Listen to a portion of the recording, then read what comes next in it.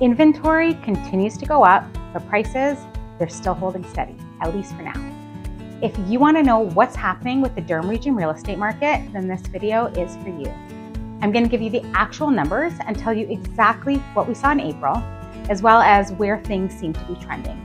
My name is Vilija Truelove, and I'm a local Durham Region real estate agent. If you're looking to make a move in the Durham Region, you can schedule a consultation through my calendar link, which is in the description below, or just send me a text or an email. My number is also in the description. I'm always here to help. And if you haven't already, make sure to hit that subscribe button so that you don't miss any of my future videos. So now let's get into the numbers for April. So we had 769 sales in April. This is an increase from the 671 sales we saw in March, which is typical of the spring market. We do tend to see more sales as we get into April and May. However, when we compare things to a year ago, we had 948 sales in April 2024. So 179 fewer sales compared to this time last year. We had 2,125 new listings come to the market in April. This is another increase from the 1,937 that came up last month, and also a lot higher than the 1,840 we had come on the market in April 2024. Now, looking at active listings at the end of the last day of the month are the number of properties that have not been reported as sold. So this number tells us how many properties we have available for sale at the end of the month. We ended the month with 2,445 active listings. This is an increase again from the 2017 active listings at the end of last month, which makes sense. More houses continue coming up and still not enough sales. When we compare things to last year, we are way up from the 1,549 active listings we had last April. Another number that's important to look at right now is terminated and expired listings.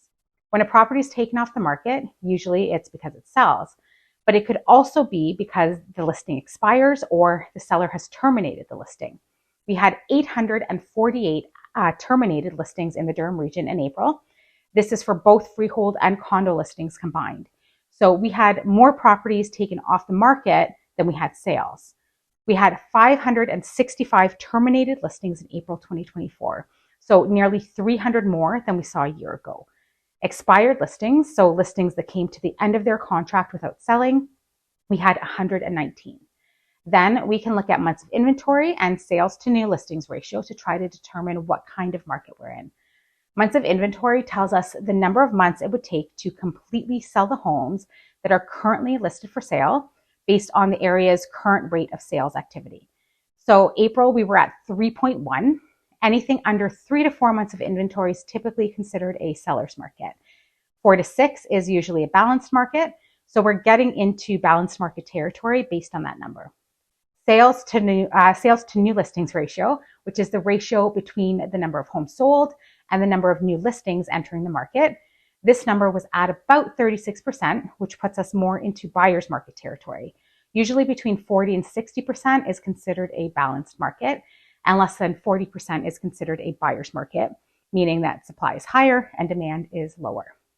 Now, prices. The average sale price in Durham for all home types was $913,500. This is up ever so slightly from the $911,396 average we saw in March.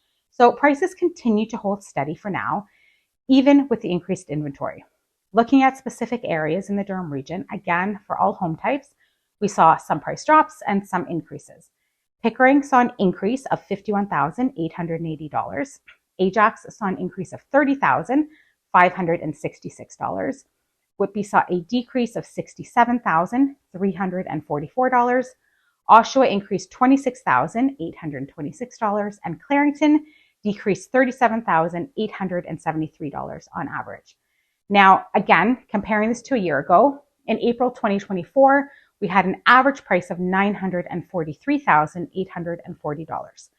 So we are down $30,340 from the average we had last year at the same time. We also saw a 101% sale to list price ratio, again, the same as the last few months. So homes were still selling in multiple offers and over the asking price in some cases. The homes that do sell are also continuing to sell pretty quickly. We had an average of 19 days on the market.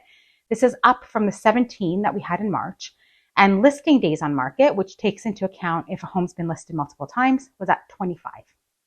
So what does this all mean for you as a buyer, a seller, or a homeowner? Inventory is still sitting high, and it's growing every month.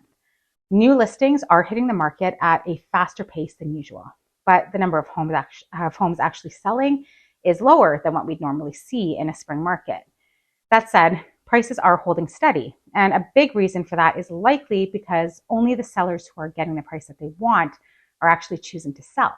The others, you can see it in the terminated listings. They're just pulling their homes off the market if they're not getting their number.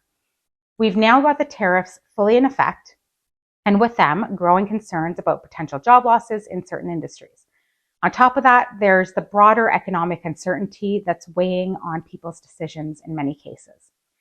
If sellers who've been holding out suddenly find themselves needing to sell, or if they start to accept that their ideal price isn't going to happen, that's when we could start seeing downward pressure on prices.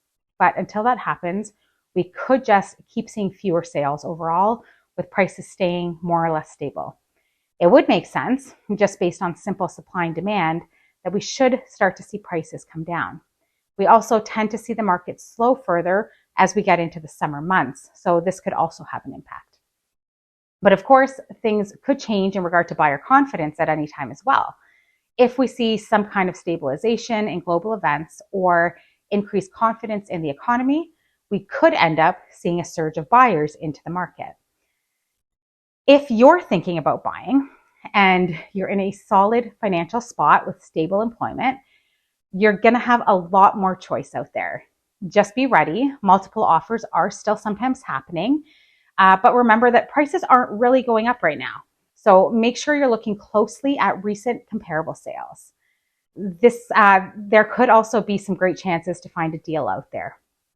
For the right buyer, this market could be a great opportunity. It's definitely an easier time to buy. If you need to sell, pricing your home correctly is going to be key. But beyond price, you've got to make sure that your home stands out because buyers are comparing it to plenty of others.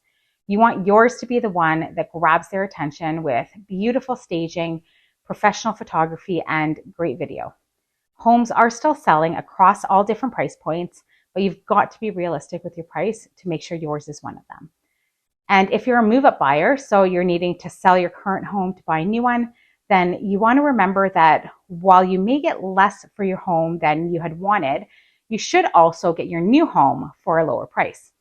It does tend to even out, and often that move-up property ends up increasing more in value for you over the years than your first home would have. If you'd like to talk about the top strategies and come up with a game plan for buying and selling in this current market, you can book a consultation at the link in my bio or send me a text or an email to start the conversation. Thanks so much for watching, and don't forget to subscribe for more updates in the future. I'll see you in the next video.